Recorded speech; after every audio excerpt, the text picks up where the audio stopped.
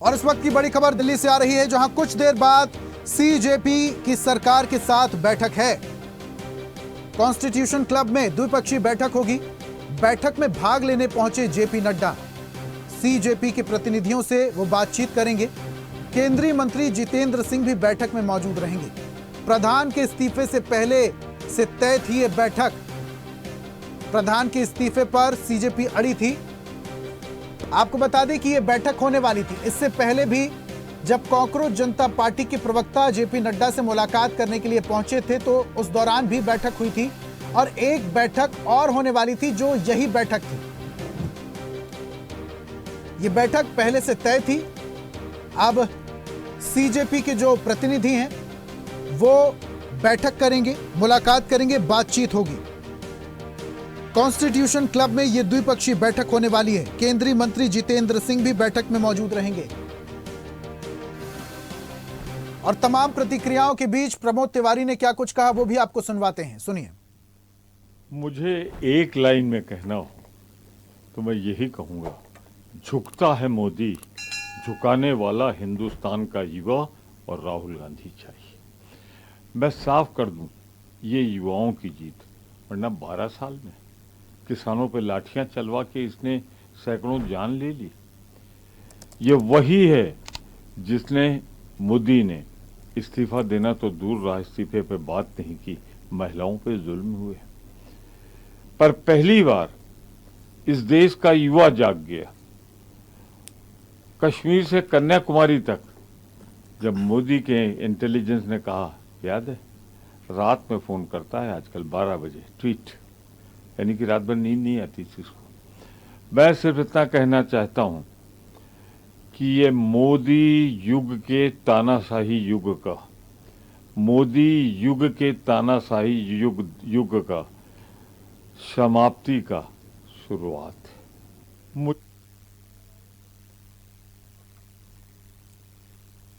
तो विपक्षी नेताओं का कहना है कि सरकार झुकती है, झुकाने वाला चाहिए। तमाम तरीके की प्रतिक्रियाएं भी सामने आ रही हैं। हमारे साथ कुछ मेहमान जुड़ रहे हैं, इस पर उनसे भी चर्चा करते हैं। कांग्रेस से हमारे साथ डॉक्टर शिवानंद जुड़े हैं। शिवानंद जी, बहुत स्वागत है। और बीजेपी से हमारे साथ अनंत अमित जुड़े हैं। अनंत जी, आपका भी बहुत स्वागत करता हूं। और सबसे पहले मैं प्रतिक्रिया लूंगा शिवानंद जी से। शिवानंद जी, ये जो इस्तीफा आया है, तमाम तरीके की प्रतिक्रियाएं हैं, जंतर मंतर में स्टूडेंट्स के बीच में जश्न का माहौल है, आप कैसे देखते हैं इस इस्तीफे को?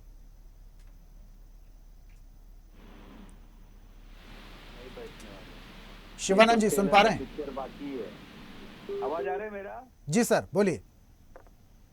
धर्मेंद्र प्रधान जी के रिजाइन के ऊपर हम हैप्पी नहीं है।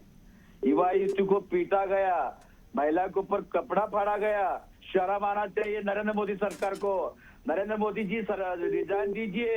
अमित शाह जी रिजाइन हम लेने बगैर साथ नहीं बैठेंगे। हमारा नेता एलओपी राहुल गांधी जी, मेरी बहन प्रियंका गांधी जी, हमारा नेता कांग्रेस पार्टी प्रेसिडेंट मल्लिकार्जुन खड़गे जी, केसी वेणुगोपाल जी, डिंपल भाभी जी, अखिलेश यादव जी, सैल्यूट है। उन्होंने जिस तरह से नरेंद्र मोदी आवास पे जो प्रोटेस्ट किया, मैं भी था, लेकिन Narendra Modi sir parliament house से पीछे से भाग गए। अगर इतना ही है, युवा युवती ने आपको चुन के दिया, 3 बार प्राइम मिनिस्टर बना, क्या किया? अग्नि योजना लेके 4 साल में लोग बच्चों को गारंटी नहीं है। बार बार पेपर लीक हो रहे हैं। 152 बार पेपर लीक हुआ। क्या किया नरेंद्र मोदी जी? किसको अरेस्ट किया? चार्जशीट भी जमा नहीं हुआ। एक सिटिंग सुप्रीम कोर्ट जज को नेतृत्व में इसका इंक्वायरी होना चाहिए। गौर गरीब दलित पिछड़ों आदिवासी को पीटते, CBI ED income tax misuse करते, चुनाव आयोग मिसयूज करते हो। लोकतंत्र लॉयर बदलते, शिवानंद जी, बीजेपी के नेता तो कहते हैं कि आपके शासनकाल में भी पेपर लीक होते थे, ये कोई नया मामला थोड़ी है। देखिए, 12 साल से आदरणीय देश के नरेंद्र मोदी सर का सरकार है। क्या कर रहे अलीबाबा चालीस चोर पार्टी? क्या कर रहे चिराग पासवान, एकनाथ शिंदे, जयंत चौधरी, नीतीश कुमार, चंद्रबाबू नायडू? अभी तो विड्रॉ कीजिए, इनको भगाइए। देश बर्बाद हो रहे, महंगाई चरम पर है। इथेलियन करने की भ्रष्टाचार, अरबों करोड़ रुपए। नितिन गडकरी रिजाइन दीजिए, अमित शाह जी रिजाइन दीजिए, चाहिए, हम छोड़ेंगे नहीं। राजनाथ सिंह पार्लियामेंट हाउस में बैठ के झूठ बोलते हो, शर्म आना चाहिए। सैनिकों के साथ खिलवाड़ कर रहे हैं। निर्मला सीतारामन एक छू भी नहीं बोल रहे। प्याज महंगा हो गया, क्योंकि प्याज मैं खाती नहीं।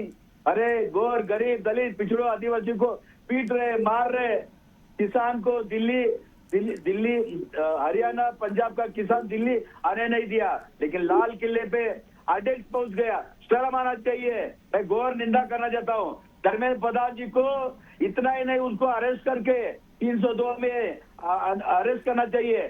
27 युवा युवती जो सुसाइड किया, उन फैमिली को 1-1 करोड़ रुपए उनको मदद मिलना चाहिए और गवर्नमेंट जॉब मिलना चाहिए। उन घर में कोई लड़का हो लड़की हो, किसी को तो गवर्नमेंट जॉब मिलना चाहिए। गवर्नमेंट ऑफ इंडिया में जॉब मिलना चाहिए। अच्छा, ठीक है नरेंद्र मोदी सर, हम छोड़ेंगे नहीं। ठीक है शिवानंद जी, हमारे साथ बीजेपी नेता भी जुड़े हैं, अनंत अमित जी, जरा उनसे भी बातचीत कर लेते हैं। अनंत जी, पूरी बात सुन रहे थे आप शिवानंद जी की। एक और मांग शिवानंद जी लेकर आए हैं, कह रहे हैं कि प्रधानमंत्री को इस्तीफा देना चाहिए, केंद्रीय गृह मंत्री अमित शाह को इस्तीफा देना चाहिए। देखिए, जिस तरीके से विगत पिछले कई दिनों से जिस तरीके से जंतर मंतर के में युवाओं का जो आंदोलन चल रहा था, उसको लेकर आज धर्मेंद्र प्रधान जी ने अपने एक पत्र के माध्यम से अपना इस्तीफा दिया है। उन्होंने कहा है कि देश के युवाओं की आकांक्षाओं और भावनाओं को हमने ध्यान में रखते हुए इस देश का युवा इस देश का भविष्य है, और जिस तरीके से उन्होंने इस्तीफा दिया है, हम तो इस्तीफा में बस एक लाइन में यही कहना चाहेंगे कि राष्ट्र विरोधी शक्तियों की साजिशों को सफल न देने हेतु देश के शिक्षा मंत्री जो इस्तीफा दिया है, हम उनको सैल्यूट करते हैं। और इस अभी कांग्रेस के मित्र कह रहे थे, इस देश का एक्सीडेंटल एलओपी 420 का बेटा 420, जो कि पूरा परिवार नेशनल हेराल्ड केस में जमानत पर है, वो दुनिया को जो ज्ञान दे रहा है उसको ज्ञान देने की जरूरत नहीं है। इस देश की जनता जानती है कि कौन इस देश के साथ है और कौन इस राष्ट्र विरोधी ताकतों के साथ जो काम कर रहा है।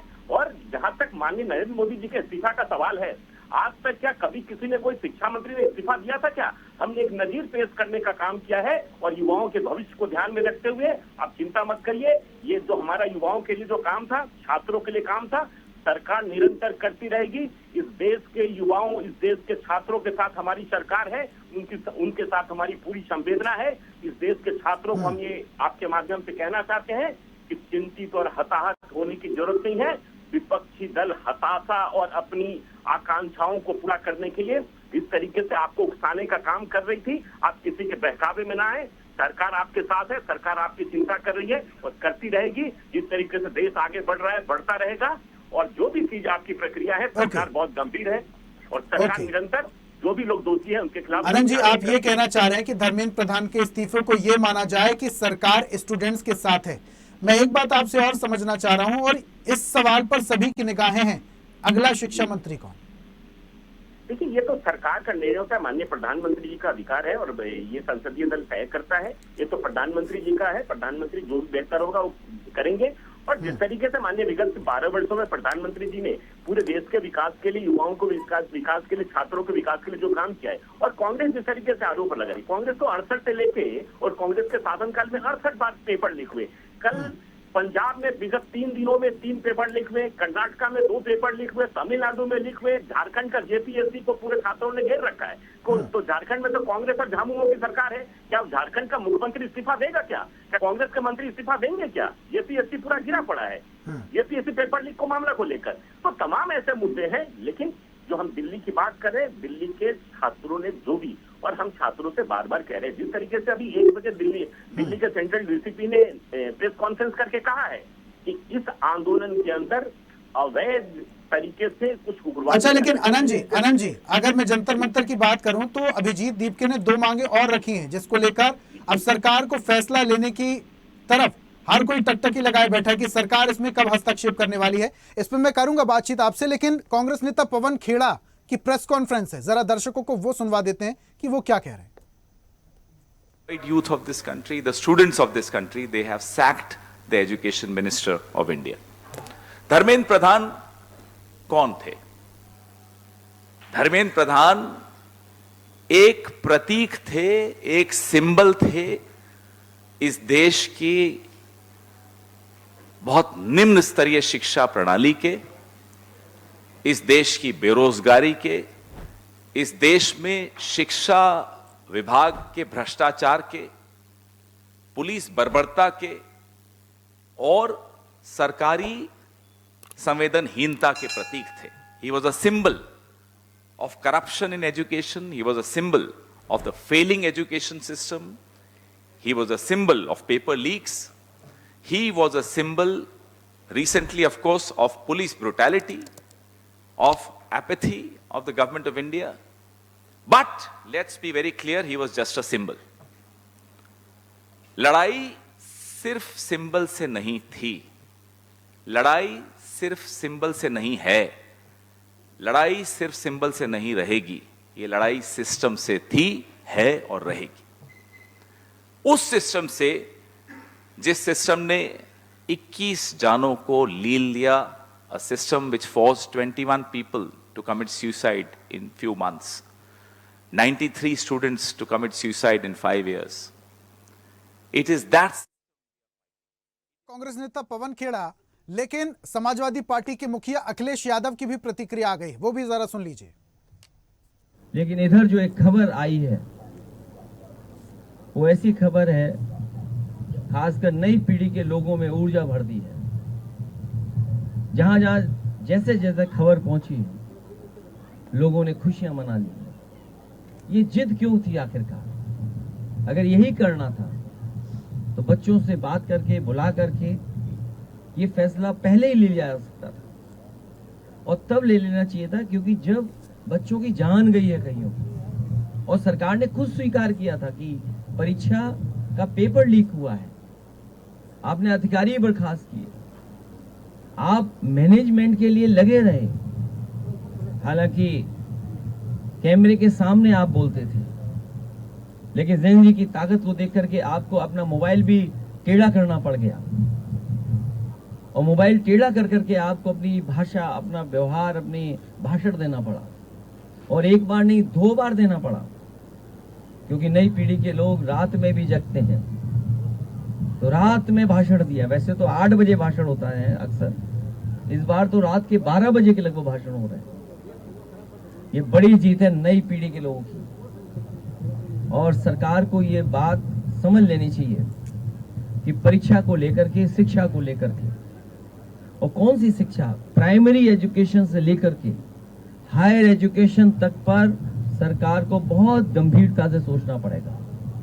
परीक्षाओं के पेपर लीक ना हो, इसके लिए ठोस कदम उठाने पड़ेंगे. कानून बनना तो अपनी जगह है, सजा मिलना कोर्ट से मिलेगी, लेकिन किसी भी परीक्षा का पेपर लीक ना हो, ये सबक इस आंदोलन से सीखना चाहिए. और एक बात जो हम सब ने देखा, सीखा, समझा, भारतीय जनता पार्टी जो नकारात्मक राजनीति करती थी, नकारात्मक राजनीति के लिए वो न जाने कितनी धन दौलत खर्च करते थे, लेकिन नई पीढ़ी युवा के लोगों ने ऐसे नारे बनाए, ऐसे पोस्टर बनाए, जिनके बारे में और नारों के बारे में हम लोग सोच भी नहीं सकते थे. वो नारे आए, किसी का समर्थन रहा हो ना रहा हो पॉलिटिकल पार्टी का, लेकिन एक एक युवा उससे जुड़ गया. ये युवाओं की और आज के जमाने के इंटरनेट और सोशल मीडिया के माध्यम से और सड़कों पर जो आंदोलन फैला, उसकी वजह से अंतोगत्वा भारतीय जनता पार्टी, जो विश्व की सबसे बड़ी पार्टी है, जिनके पास न जाने कितने संगी साथी अंडरग्राउंड अनरजिस्टर्ड लोग हैं, उनको भी झुकना पड़ गया. ये युवाओं की बड़ी जीत है, लेकिन इससे सभी पॉलिटिकल पार्टी के लोगों को ये सबक लेना चाहिए कि हमारे आने वाले समय में जो परीक्षाएं हों, उनको ठोस बना करके ही कोई पेपर लीक ना हो, और युवाओं को रोजगार और नौकरी के लिए रास्ते खोलने पड़ेंगे. और हमारे साथ वरिष्ठ पत्रकार प्रियदर्शी रंजन जुड़ चुके हैं, उनसे बातचीत करते हैं. प्रियदर्शी जी, अभी हम सुनवा रहे थे समाजवादी पार्टी के मुखिया अखिलेश यादव को, वो कह रहे हैं बड़ी जीत है स्टूडेंट्स के लिए, और एक बात और कह रहे हैं वो कि अगर ये फैसला लेना ही था तो ये फैसला बहुत पहले लेना था. जितने बड़े बड़े नुकसान हुए हैं वो बड़े बड़े नुकसान नहीं होते. देखिए, ये हर कोई कह रहा है. अखिलेश सिंह से पहले, अखिलेश सिंह यादव से पहले ये सोनम वांगचुक ने भी कहा था कि भारतीय जनता पार्टी की सरकार को समय से पहले कदम उठा लेना चाहिए. धर्मेंद्र प्रधान का जो आज इस्तीफा हुआ है वो कई दिनों पहले हो जाना चाहिए था. और मेरे जैसे लोगों का या जो राजनीतिक विश्लेषण करते हैं, राजनीतिक सूझबूझ रखते हैं, समझते हैं, उनका भी मत यही रहेगा कि अगर धर्मेंद्र प्रधान का इस्तीफा लेना ही था तो इतनी देर क्यों की गई? धर्मेंद्र प्रधान का इस्तीफा पहले ही ले लिया जाना चाहिए था। धर्मेंद्र प्रधान का इस्तीफा क्यों नहीं लिया जा रहा था, अभी तक क्यों नहीं लिया गया था, ये आज की तारीख में सबसे बड़ा महत्वपूर्ण सवाल है। मैं उस पर थोड़ा सा जोर देना चाहूंगा। देखिए, धर्मेंद्र प्रधान का कद भारतीय जनता पार्टी के भीतर बहुत बड़ा है इन दिनों। इतना बड़ा है कि सेकेंड लाइनअप का जो लीडरशिप है, फर्स्ट लाइनअप में तो दो ही नेता ही हैं, अमित शाह और नरेंद्र मोदी। सेकेंड लाइनअप जो लीडरशिप है उसमें धर्मेंद्र प्रधान बहुत तेजी से हाल के दिनों में उभरे हैं। भारतीय जनता पार्टी के हनुमान कहे जाते हैं। जब जब जिन जिन राज्यों में भारतीय जनता पार्टी संकट में पड़ती है वहां धर्मेंद्र प्रधान को भेज दिया जाता है। उदाहरण के लिए बिहार विधानसभा चुनाव के दौरान धर्मेंद्र प्रधान ने आकर के मोर्चा संभाला था जब गठबंधनों के बीच तालमेल नहीं स्थापित हो रहा था, गठबंधन के बीच तालमेल नहीं स्थापित हो रहा था। धर्मेंद्र प्रधान ने उड़ीसा पहली बार भारतीय जनता पार्टी को जितवाया था। धर्मेंद्र प्रधान कई राज्यों के प्रभारी रहे जहां पर भारतीय जनता पार्टी की जीत हुई। तो भारतीय जनता पार्टी के लिए नरेंद्र मोदी और अमित शाह के लिए जो हनुमान का काम कर रहे थे धर्मेंद्र प्रधान, खुद हनुमान इस बार घिरे हुए थे। इसीलिए नरेंद्र मोदी और अमित शाह को संशय था कि इनका इस्तीफा लिया जाए या नहीं लिया जाए। और भारतीय जनता पार्टी का पिछले 2014 से अब तक का जो कल्चर रहा है वो ये कल्चर भी नहीं रहा है कि किसी मंत्री से इस्तीफा लिया जाए। यही कारण है कि धर्मेंद्र प्रधान का इस्तीफा लेने में इतनी देर हुई। निश्चित तौर पर भारतीय जनता पार्टी को डैमेज हुआ है, लेकिन डैमेज कंट्रोल। रंजन साहब, समय की थोड़ी सी मेरे पास बाध्यता है, लेकिन जल्दी से मुझे उत्तर दीजिएगा। आपकी इन बातों से मुझे एक श्लोक याद आ रहा है, अंतः अस्ति प्रारंभ। तो ये जो बड़ा पद गया है, क्या ये समझा जाए कि धर्मेंद्र प्रधान को आने वाले समय में कोई और बड़ा पद भी मिल सकता है? देखिए, बिल्कुल मिल सकता है, क्यों नहीं मिल सकता है। वे उड़ीसा के मुख्यमंत्री के दावेदार हैं भाई। उड़ीसा में जब भारतीय जनता पार्टी की सरकार बनी उस समय भी धर्मेंद्र प्रधान वहां के मुख्यमंत्री के दावेदार थे और एक नंबर पर इन्हीं का नाम चल रहा था। लेकिन इन वक्त पर भारतीय जनता पार्टी ने इन्हें केंद्रीय मंत्री बनाए रखना, बरकरार रखना ही मुनासिब समझा, क्योंकि अमित शाह और नरेंद्र मोदी के दायां आंख और बायां आंख हैं धर्मेंद्र प्रधान। प्रियदर्शी जी, थोड़ा सी समय की बाध्यता है मेरे साथ। कांग्रेस प्रवक्ता मेरे साथ जुड़े हुए शिवानंद जी, आखिरी प्रतिक्रिया मैं उनसे ले लेता हूं। शिवानंद जी, लास्ट कमेंट। तमाम तरीके की प्रतिक्रियाएं सामने आ रही हैं। प्रियंका गांधी को हमने सुनवाया, अखिलेश यादव को हमने सुनवाया, पवन खेड़ा को हमने सुनवाया। तमाम बड़े प्रतिक्रियाएं सामने आ रही हैं कि स्टूडेंट्स की बड़ी जीत है। शिवानंद जी सुन पा रहे हैं?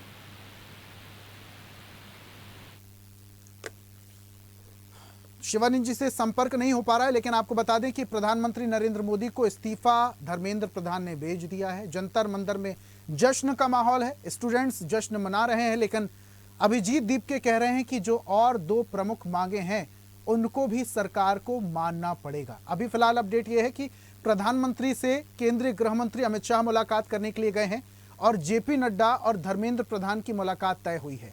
लेकिन इसके साथ साथ जेपी नड्डा और सीजेपी यानी कॉकरोच जनता पार्टी की जो प्रतिनिधि, उनके बीच में भी एक महत्वपूर्ण बैठक होनी है। इन बैठकों के क्या मायने निकलते हैं, इन बैठकों से क्या रिजल्ट निकलता है, और जो अभिजीत दीपके कह रहे हैं कि जब तक ये दो मांगे पूरी नहीं हो जाती जगह से हिलने वाले नहीं हैं, डटे रहेंगे। क्या डटे रहने का वक्त है या फिर वहां से हट जाने का वक्त अब नजदीक है? ये आने वाला वक्त बताएगा। खास पेशकश में फिलहाल इतना ही। नमस्कार।